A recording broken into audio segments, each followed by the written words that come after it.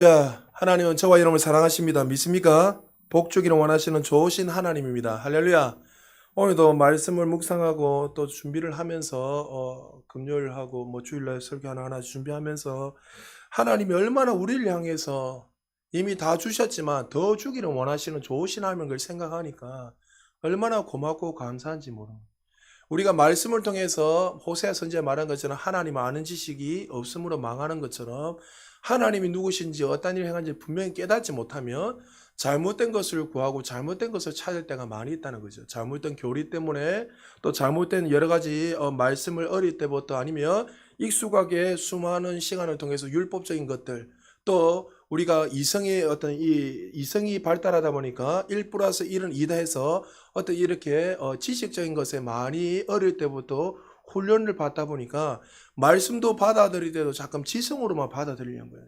그러니까 원인이 있으면 결과가 있는 것처럼 마치 그렇게 뭐든지 그렇게 찾기를 원하고 하다 보니까 말씀은 진리를 믿고 행하는 것이지 우리가 이것을 한다고 해서 기도도 마찬가지예요. 금요일날도 이야기했지만 내가 구한다고 해서 하나님의 뜻이 바뀌는 게 아니란 말이죠. 기도는 구하는 게 아니고 이미 이루어진 것을 우리가 믿음으로 받아들이는 거예요. 할렐루야.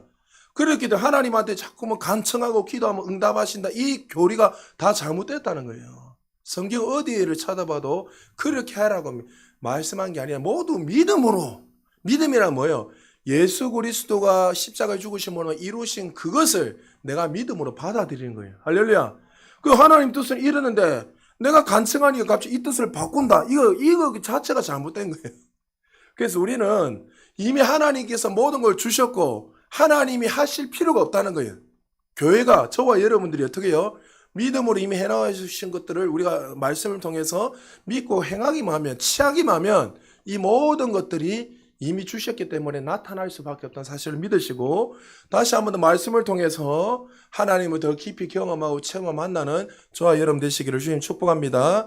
원래는 여러분이 18장 19장을 설교를 해야 되는데 18장 19장은 여러분 알다시피 이 땅을 분배하는 내용이기 때문에 이걸 이야기할 별 내용이 없어요. 땅 분배한 게 우리하고 뭐 중요한가. 전체적인 맥락을 여러분 설명했기 때문에 그래서 18장 19장은 건너가서 오늘은 20장 중심으로 도피성 되시는 예수 그리스도라는 제목을 가지고 말씀을 좀 전거하려고 합니다. 하나님은 구약 성경은 우리가 읽고 공부하다 보면 참 어렵습니다. 왜 어렵냐면 마치 연구를 하지 않으면 이것이 무슨 뜻인지 모른단 말이죠. 그래서 구약은 예수 그리스도의 그림자이기 때문에 어떤 부분이나 모양을 통해서 다 예수 그리스도를 예표하고 설명하고 있어요. 그래서 안식일을 기억해서 거룩히 지키라 이 의미를 통해서 예를 들어서 안식일의 주인은 누구란 거예요? 주님이란 것을 알게 하기 위해서 그들에게 안식을 통해서 참된 신과 참된 우리에게 모두 힘을 주시는 분은 나중에 오실 예수 그리스도다. 그래서 예를 들어서 여러분 공부도 하셨지만 안식일 날에 우리가 나뭇가지를 줍다가 그게 발견돼서 죽었잖아요. 돌에 맞아서. 그 우리가 도덕적으로 생각하며 안식일에 그거는 만약에 자기의 생명과 이렇게 연장되기 때문에 그게 원문에 보면 나뭇가지를 했으나 나무도 아니고 나뭇가지 몇 개를 주워가지고 자기가 추워서 얼어 죽을 것 같으니까 나가서 그 일을 하다가 들켜버린 거예요. 그래서 모세가 어떻게 해야 되냐 물어보니까 하나님이 그를 죽여버렸어요. 그럼 우리가 도덕적으로 접근하면 하나님 너무 희한한 하나님 이렇게 생각할 수 있단 말이죠. 그러나 그 의미가 아니라 안식일의 주인은 누구란 거야? 예수 그리스도 내 인생을 책임지고 참된 힘을 준다는 것을 그 그림자를 통해서 예표하고 있는데 만약에 일을 하고 만약 이런 일이 있다면 어떻게 해요? 구원도 참된 힘을 주는 분은 예수 그리스도가 아니라 다른 것으로 통해서도 줄 수 있다고 명제가 되어버린 거예요. 그래서 구약에는 하나님이 법을 통해서 철두철미하게 그것을 통해서 예수 그리스도를 예표하고 있고 설명하고 있고 그래서 그것을 어기는 사람들은 어떻게 해요? 다 죽여버린 거예요. 특별히 예수 그리스도를 예표하는 것들을 어기는 사람들은 다 죽여버린 거예요. 여러분 녹뱀에도 예를 들어 녹뱀에 무슨 능력이 있습니까? 여러분 상식적으로 불뱀에 물리면 우리가 주사를 맞고 병원에 가야 됩니까? 녹뱀을 봐야 됩니까? 상식적으로 녹뱀을 본다고 뭐가 치유가 일어납니까? 근데 녹뱀이 누굴 예표하고 있죠? 예수 그리스도. 그래서 녹뱀을 쳐다보면 너희들은 다 구원을 받고 나음을 입을 것이 했지만 그들 가운데 지성적인 사람은 어떻게 했을까요? 저 녹뱀이 무슨 효과가 있다고 그것을 하냐고 생각하는 사람들은 죽어가고 있을 것이고 또 귀찮아서 그냥 앉아있는 사람도 죽어갈 것이고 그러나 녹뱀이 예수 그리스도를 예표하기 때문에 그것을 바라보는 자들은 구원을 얻는 그런 역사. 그래서 구약에는 그림자들을 통해서 예수 그리스도를 드러내고 부분적으로 설명하고 모양을 통해서 보여줍니다. 그래서 히브리서 1장 1절에서 2절에 보면 이렇게 말씀하고 있습니다. 우리 같이 한번 읽어볼까요? 시작. 옛적의 선지자들을 통하여 여러 부분과 여러 모양으로 우리 조상들에게 말씀하신 하나님이 이 모든 날 마지막에는 아들을 통하여 우리에게 말씀하셨으니. 할렐루야. 옛적의 선지자를 통해서 부분적으로 여러 가지 모양으로 여러 가지 어떤 사람들을 통해서 누구요? 예수 그리스도를 상징하고 보여주겠죠. 그럼 우리 신약 사랑하는 저와 여러분들 어떻게 해요? 우리는 은혜의 시 사랑하는 저와 여러분들 이미 예수 그리스도 통해서 그 그림자가 예수님이란 것을 우리는 이미 알게 되었고, 그러나 구약의 사람들은 그 그림자를 통해서 어떻게 해요? 예수 그리스도가 언제 오시면 이럴 될 것이다 라는 것을 끊임없이 그걸 통해서 보여주고 설명하고 있다는 거죠. 그래서 구약 성경에는 인물이나 사건이나 장소나 이 다양한 모든 것들이 부분적으로 예수 그리스도를 설명하고 상징하는 것들이 어마어마하게 많습니다. 모든 것이 다 그렇다는 게 아니라, 그래서 예를 들어서 모세 같은 경우를 통해서는 모세를 통해서는 무엇을 예표하고 있냐면 중보자 되시는 예수 그리스도를 예표하고 있는 거예요. 그래서 예수 그리스도가 이 땅에 오시면 중보자로서 그 일을 너희들에게 그 일들을 하실 것이라 하면서 모세의 모든 전체 인생을 설명하는 것이 아니라 모세의 그 중보를 통해서 중간에 그 사역들을 통해서 중보자이신 예수 그리스도를 설명하고 있고, 또 야곱을 통해서는 성화에 대해서 설명하고 있고, 또 요셉을 통해서는 영광스러운 그 하나님에 대해서 예수 그리스도를 통해서 설명하고 보여주고 있습니다. 또 노아의 방주를 통해서 방주 안에는 구원이 있고 방주 밖에는 구원이 없잖아요. 마치 방주가 누구예요? 예수 그리스도의 모양을 통해서 예수 그리스도를 예표하고 방주 안에 들어온 모든 자들, 다시 예수 그리스도를 내 구세를 믿고 들어온 모든 자들은 그렇게 구원을 받을 거라는 것을 방주를 통해서 보여주고 설명하고 있다는 거죠. 그래서 이런 구약의 수많은 사건들과 또 인물들과 지명을 통해서 수없이 많이 예수 그리스도에 대해서 설명하고 보여주고 있습니다. 오늘도 마찬가지입니다. 이스라엘 백성들에게 이런저런 쫙 앉아 땅을 분배하다가 그들에게 갑자기 뜬금없이 도피성 이야기를 합니다. 근데 이 도피성은 갑자기 생긴 것이 아니라 이미 모세를 통해서, 하나님이 모세를 통해서 도피성을 너희들이 가나안 땅에 들어가면 이렇게 지으라고 이미 설명하셨고, 또 여호수아가 그 사실을 알고 이제 가나안 땅에 들어가서 그들에게 도피성에 대해서 설명하면서 이 도피성이 나중에 예표하는 것이 예수 그리스도라는 것을 보여주기 위해서 이 도피성을 통해서 설명하고 보여주고 있습니다. 자, 오늘 본문에 20장 2절에 보면 다시 한번 우리 한번 읽어볼까요? 20장 2절입니다. 시작. 이스라엘 자손에게 말하여 이르기를 내가 모세를 통하여 너에게 말한 도피성들을 너희를 위해 정하여.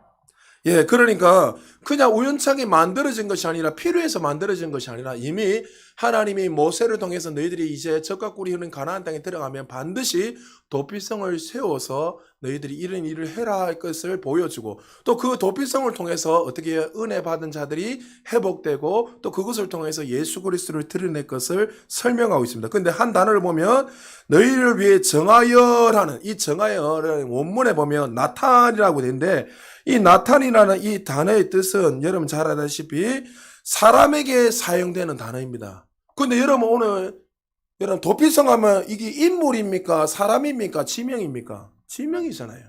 근데 우리가 원문에서 찾아보면 이 정하다는 것은 어떤 법률적으로 위임을 받아서 보호하도록 맡긴 장소라는 의미를 가지고 있는데, 이것이 사람에게만 사용되는 단어로 사용되고 있다는 거예요.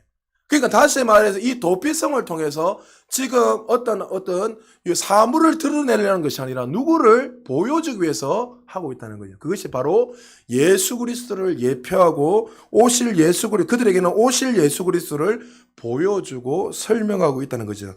자, 그렇다면 우리 이 도피성이 어떤 곳인지 한번 보고 우리 그림 한번 좀 띄워 보십시오.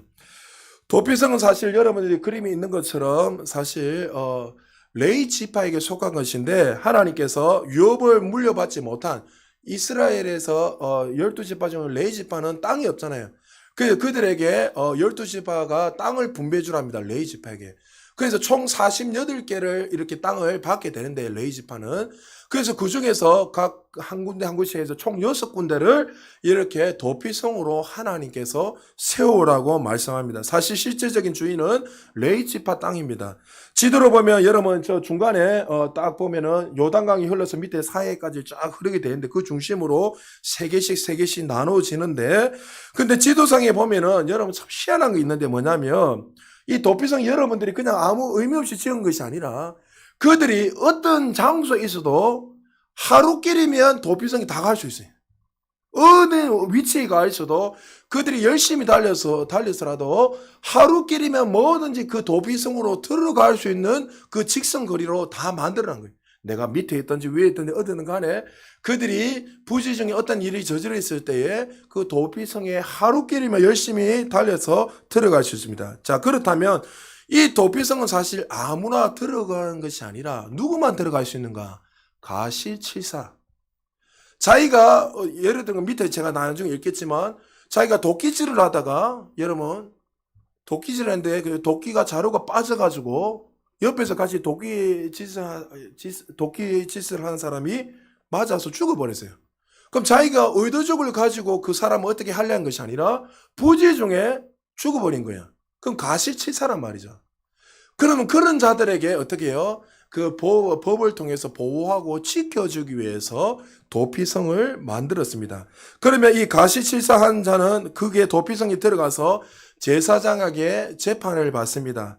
고의가 아니고 가시칠사란 것을 알게 되면 그 성에서 그 사람을 먹여주고 재워주고 그 인생을 책임져 줍니다. 나중에 뭐 여러분들 민수기 35장에 짧게 보면 그 내용이 나오지만 이 사람이 거기에서 풀려날 수 있는 것은 제사장이 죽든지 아니면 거기에서 대신 자기 대신해서 어떤 사람이 죽은 그 사람이 죽든지 아니면 자기가 죽든지 하면 거기서 자유케 되는 그런 일들이 일어나는데 그러니까 여러분들이 구약을 읽으려면 또 신약이나 구약 읽다 보면 그 당시 배경을 좀 이해를 해야지만이 성경을 좀 더 구체적으로 알 수 있습니다. 근데 이게 유대인들만 들어가는 것이 아니라 놀라운 것은 고아나 가부나 그리고 종들 또 특별히 이방인들도 부지 중에 만약에 가시칠사를 하게 되면 그게 들어가서 보호를 받을 수 있도록 하나님께서 은혜로 허락해 주신 장소가 바로 도피성입니다. 자, 우리 신명기 19장 1절에서 우리 6절까지 원래는 다 읽어야 되는데 우리 한 절씩 우리 교독할까요? 내 하나님 여호와께서 이 여러 민족을 멸절하시고 내 하나님 여호와께서 그 땅을 내게 주심으로 내가 그것을 받고 그들의 성읍과 가옥에 거주할 때에 내 하나님 여호와께서 내게 기업으로 주신 땅 가운데에서 새 성읍을 너를 위하여 구별하고 내 하나님 여호와께서 내게 기업으로 주시는 땅 전체를 세 구역으로 나누어 길을 닦고 모든 살인자를 그 성읍으로 도피하게 하라. 살인자가 그리로 도피하여 살만한 경우는 이러하니 곧 누구든지 본래 원한이 없이 부지 중에 그의 이웃을 죽이니 가령 그 이웃과 함께 벌목하러 살림에 들어가서 손에 도끼를 들고 벌목하려고 찍을 때에 도끼가 자루에서 빠져 그의 이웃을 맞춰 그를 죽게 한과 같을 것이라. 이런 사람은 그 성읍 중 하나로 도피하여 생명을 보존할 것이니라. 그 사람이 그에게 본래 원한이 없으니 죽이기에 합당하지 아니하나 두렵건대 그 피를 보복하는 자의 마음이 옥수심에 불타서 살인자를 뒤쫓는데 그 가는 길이 멀면 그를 따라 잡아 죽일까 하노라. 예, 그러니까 유대인들 그 당시에 중동 지역의 사람들의 법을 좀 이해를 해야 됩니다. 그 당시에 동행보복법.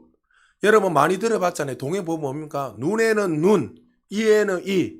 그래서 만약 A라는 사람이 B라는 사람이 있는데 A라는 사람이 모르고 그 사람을 만약에 이렇게 눈 한쪽을 상이하게 했습니다. 오른쪽을. 그러면 여러분 어떻습니까? 이 동행보복법에 의해서 그 사람은 오른쪽 눈을 A의 사람에 동일하게 상해를 입혀야 됩니다. 근데 사람은 참 이 간사하고 좀 사람은 좀 욕심이 많은지라 만약에 보복을 하려면 똑같이 하기를 원합니까? 그보다 더 크게 보복하기 원합니까? 일반적으로. 여러분들은 그렇게 말할 줄 몰랐는데 좋은 분입니다. 이렇게 말해요. 일반적으로 그렇잖아요. 맞잖아요. 저거 내가 하나 살짝 다쳤으면 저 한 두 개, 세 개 더 다치게 하려고. 그래서 동행보호법을 만든 이유는 뭐냐면 이 사람들을 보호하고 지켜주기 위해서 사실은 그렇게 만드는 거예요. 그래서 사람들의 심리가 더 큰 보복을 하기 위해서 하나님께서 가나안 땅에 들어가면 너희들도 그 동행보복에 의해서 나도 모르게 그 사람이 더 피해를 주고 악한 행동을 할 것 같으니까 하나님께서 특별히 이 법을 만드셔서 특별히 이 도피성이라는 법을 만들어서 어떻게 해요? 부지 중에 그 사람을 은혜에 있기 위해서 살리기 위해서 하나님께서 만드신 법이에요. 그러니까 은혜의 법이에요. 은혜의 법. 그런데 사람들은 아까 말한 것처럼 동행보복 이런 걸 통해서 더 많은 일들을 저지르고 더 많은 일들이 일어나게 할 때가 참 많이 있다는 거죠. 그리고 그들에게 또 이 도피성은 또 하나 뭐냐면 직선거리로 하루길이면 다 갈 수 있고 또 아까 고아나 가부나 또 놀란 사실은 이방인들조차도 가실치사를 통해서 그게 들어가게 되면 합법적으로 만약에 억울하게 그 사람을 다치게 한다면 그 사람의 그 생명을 지켜줄 수 있는 그런 성이고 또 하나는 뭐냐면 이스라엘 백성들이 꼭 1년에 한 차례 이상은 이 장년들 모든 사람 남자들은 꼭 1년에 한 번은 이 도피성의 이 거리 쉽게 말해 도피성의 길이 있는데 이 보폭이 한 14m 됩니다. 그러면 여러분들 이 길이 만약에 좋지 않고 꾸불꾸불하면 혹시나 어떤 사람이 그 일을 피해를 당하게 되면 빨리 갈 수 있어야 되는데 돌불에 넘어질 수도 있고 나무나 여러 가지 우거져 있기 때문에 나무 때문에 제대로 그 길을 찾지도 못하고 갈 수 없기에 어떻게 해요? 1년에 한 차례 이상 꼭 남자들이 꽃갱이와 삽을 들고 와서 그 길을 이렇게 평탄하게 만드는 작업을 합니다. 그리고 표지판을 꼭 제일 잘 본 곳에 달아놨고 그게 도피처 피난처라는 팻말을 붙여놨고 부지 중에 누가 혹시나 그런 일을 당하게 되면 도피성에서 피할 수 있도록 누구든지 그렇게 만듭니다.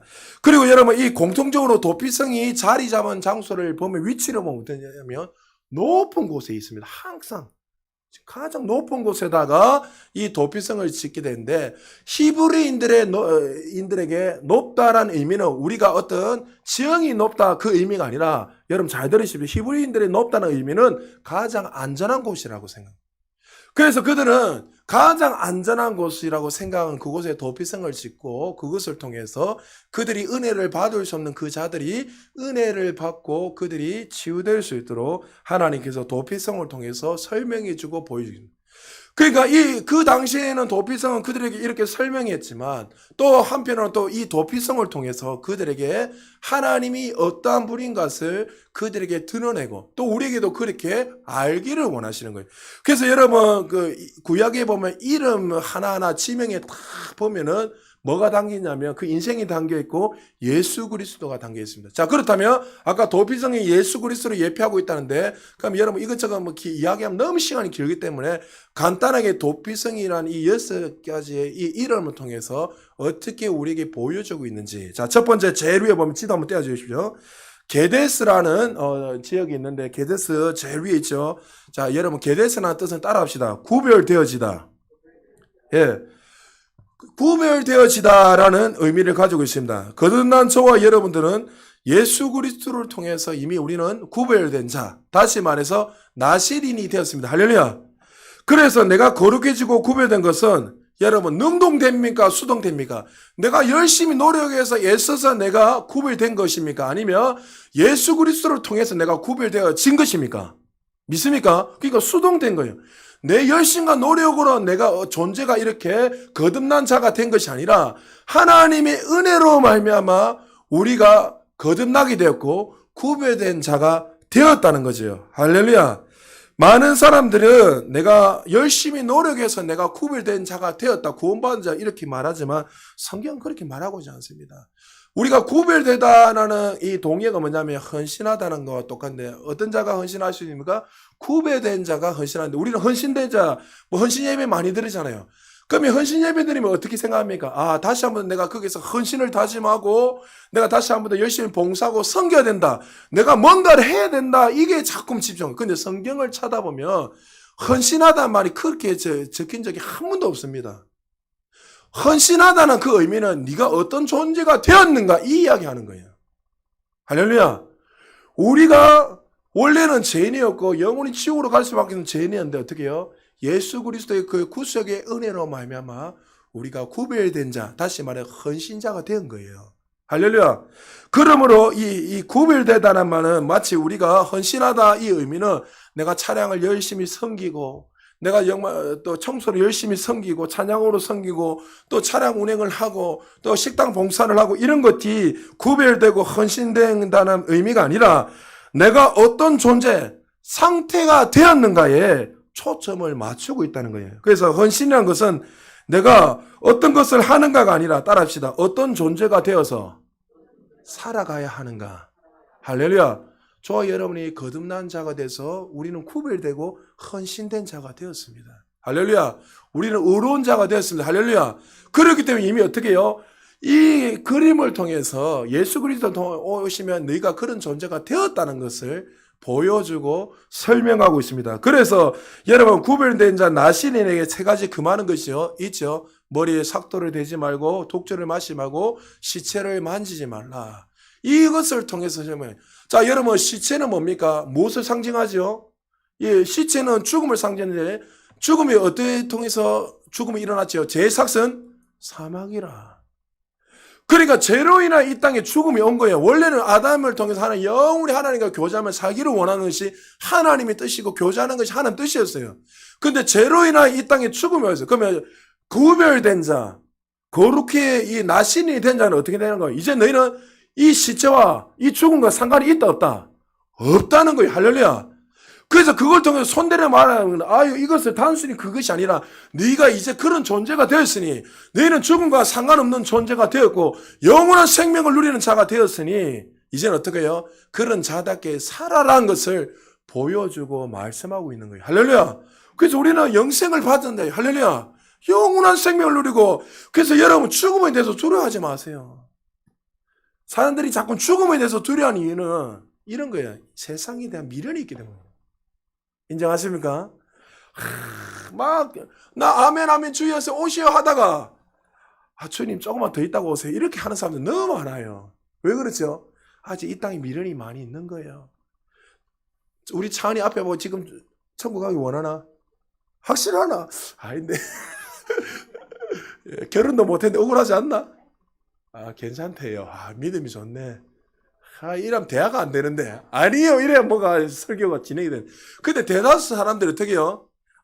아이고, 하나님, 우리 아이들 결혼도 안 하고, 결혼한 것도 좀 봤으면 좋겠고, 내가 평수가 30평에서 좀 40평짜리 살다가 좀 죽었으면 좋겠고, 이런저런 우리 나름대로 이 땅에 대한 미련이 있단 말이죠, 사실.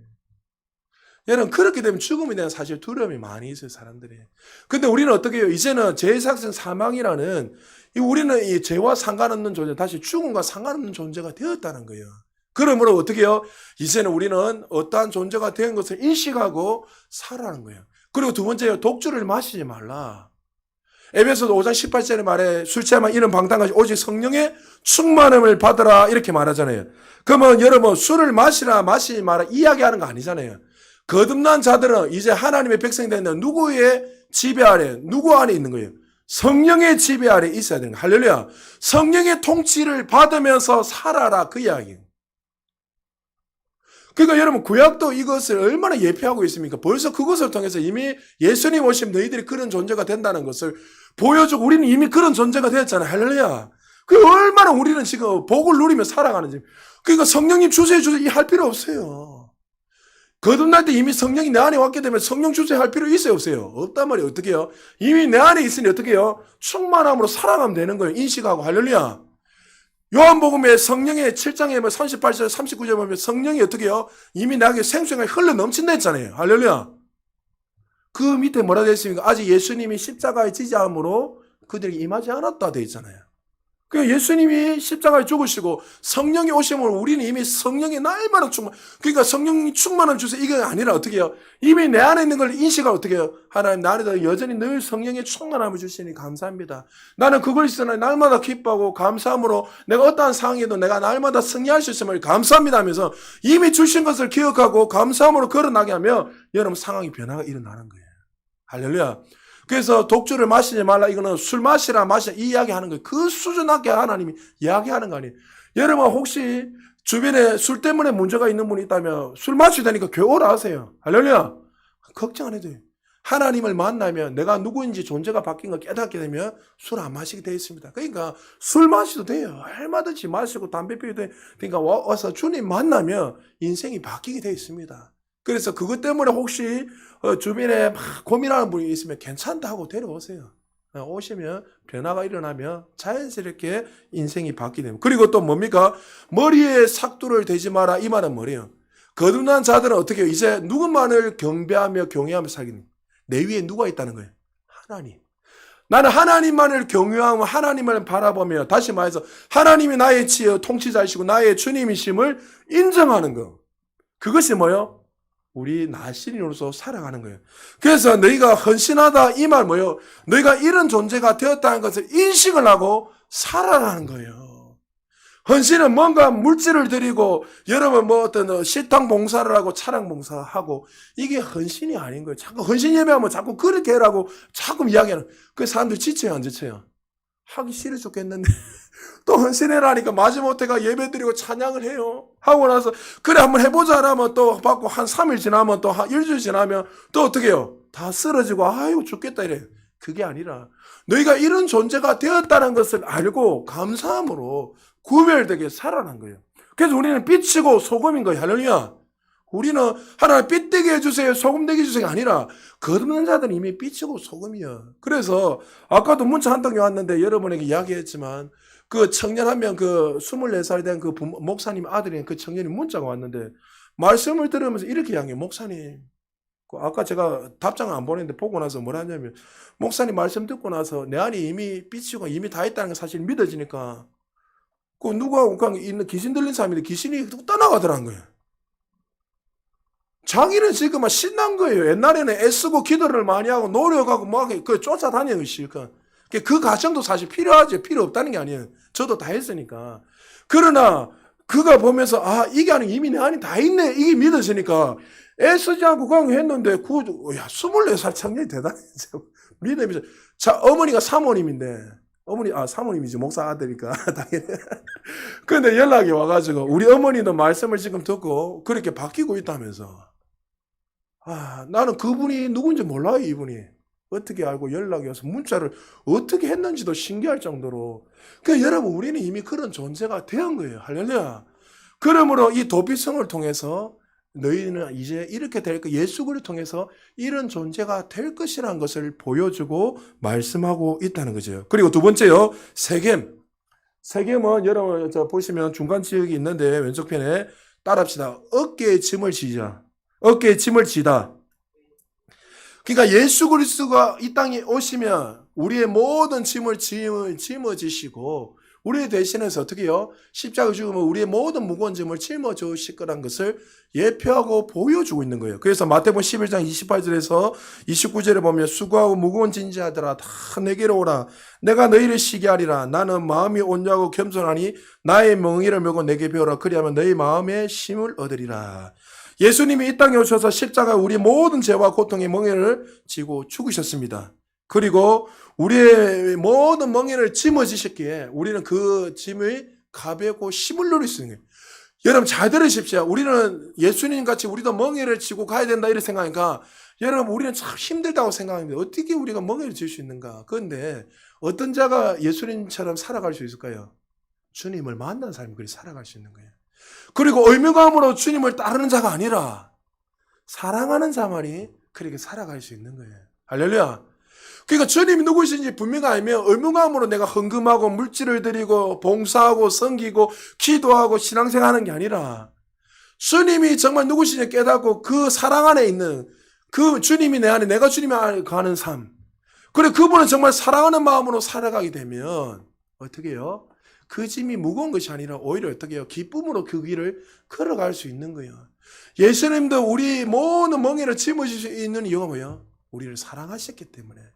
그래서 이 도피성을 통해서 어떻게 해요? 너의 모든 죄와 고통과 사망이 모든 것을 내가 짊어지고 어떻게 해요? 내가 너희에게 참된 힘을 주겠다.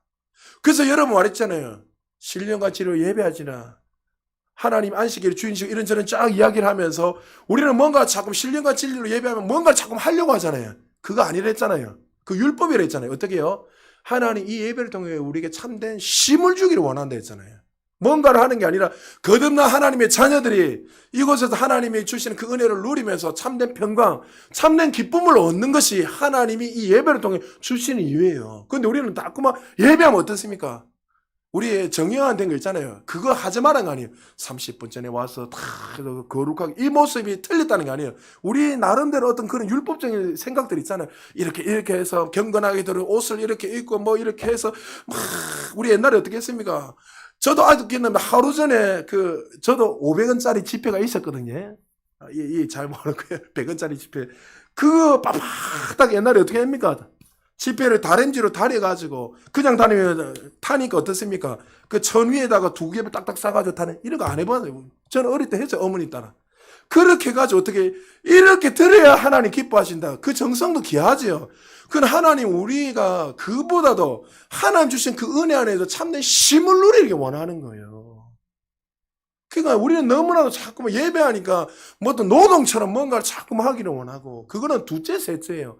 진짜 원하는 거는 우리 무너져 있는 사람, 정말 하나님이 마치 없는 것처럼 느끼는 사람이 하나님이 어떤 분인가 정말 알고 그것을 통해서 참된 회복과 쉼을 누리며 또 하나님 중에 그 기쁨을 누리며 살기를 원한 것이 하나님 뜻이란 거죠. 여러분 혹시 여러분 가운데 아직도 여전히 무거운 짐을 지고 계십니까? 주님 이미 2000년 전에 이 모든 짐을 짊어지셨기에 우리는 이미 자유함을 얻다는 사실을 믿고 참된 쉼을 누리시기를 주님 축복합니다. 그리고 세 번째요. 도피성 헤브론이 있는데 이 헤브론 뜻은 연합하다, 동맹, 교제라는 뜻을 가지고 있습니다. 예수 그리스도가 제 짐을 대신 짐으로 우리는 어떻게 해요? 그리스도와 연합하게 되었습니다. 할렐루야. 저와 여러분도 예수 그리스도 통해서 연합돼서 한 지체가 되었습니다. 오늘도 여러분에게 큐티 보내드린 그게 나오잖아요. 지체라고 우리가. 그리고 고린도전서 6장 17절에 보니까 주와 합하는 자는 한 영이라 우리가 어떤 존재가 되었다고요? 우리는 거듭날 때 하나님과 같은 영, 같은 존재가 됐다는 거예요. 할렐루야. 성경 오늘도 여러분이 나는 포도나무 너희는 가지니. 그럼 우리는 똑같은 하나님과 우리는 같은 자가 되었다는 거예요. 할렐루야. 그러므로 우리는 어떻게 해요? 너희는 영원히 죽을 수밖에 없는 죄인들이었지만 예수 그리스도 통해서 너희가 어떻게 해요? 하늘의 상속자가 되었고 그리스도 안에 있는 속한 자가 되었고 또 어떻게 해요? 부유한 자가 되었고 할렐루야. 그러므로 그런 존재가 되었으니 그리스도 안에서 승리자가 됐다는 거예요. 여러분 옛날에 인생은 60부터 시작입니다. 이런 말 했지만 인생이 60부터가 아니라 인생은 언제부터 됩니까? 예수 그리스도 안에서부터 시작되는 거예요. 오늘 내가 예수 그리스도를 만나게 되면 그때부터 인생은 새롭게 시작되는 거예요. 그러므로 예수 그리스도를 통해서 우리가 어떤 존재가 되었다는 사실을 기억하고 그리스도 안에서 우리는 연합하고 우리는 한 지체가 되었고 하나님 또 저와 여러분들이 한 지체가 됐다는 사실을 기억하시고 감사하시길 바랍니다. 그리고 베셀이라는 또 도피성인데 이 베셀은 요새 성이라는 뜻을 가지고 있습니다. 예수님이 우리의 어떤 존재라고요? 요새 되십니다. 할렐루야. 우리 인생을 가장 안전하게 보호하시는 분이 누굽니까? 예수 그리스도입니다. 그래서 그 성을 통해서 지금 오실 예수님을 예표하면서 예수님이 오시면 이스라엘 백성들은 땅이 없었을 때 얼마나 늘 불안전하게 살아갔습니까? 땅이 어떤 의미가 아니면 안전을 의미하고 있잖아요. 그러니까 그들에게 이 도피성을 통해서 예수 그리스도가 너희들의 산성 되시고 요새 되시다는 것을 보여주고 말씀하고 있습니다. 그리고 길르앗 라못은 언덕, 고지라는 뜻입니다. 아까 여러분이 설명했지만 히브리 사람들의 의식 구조 속에 높다는 것은 단지 지형이 높다는 게 아니에요. 뭐라고요? 가장 안전한 곳. 누가 가장 안전한 곳이란 거예요?